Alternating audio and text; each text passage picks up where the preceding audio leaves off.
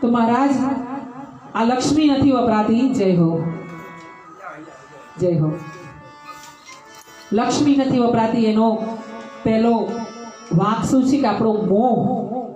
મોહ કેવો કહે છે ખબર છે? આ મારા દીકરા, આ મારી દીકરી, આ મારું ઘર, આ મારી વાડી, આ મારી ગાડી.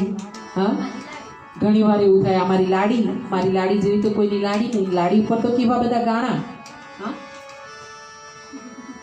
તો આ જે ઘર તારું છે ને એ તું ઉપર લઈને સોયના નાકા બરાબર જઈ શકવાનો નથી.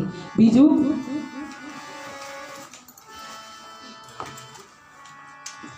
એ છે કે તને મોહ જે લાગ્યો છે ને એનો એક જ ઈલાજ છે. મોહ સકલ વ્યાધિન કરમૂલા. બધી જ વ્યાધિનો એક જ ઈલાજ છે. શું છે? કે મોહ છોડી દો. દરેક વસ્તુનો મોહ છોડી દો.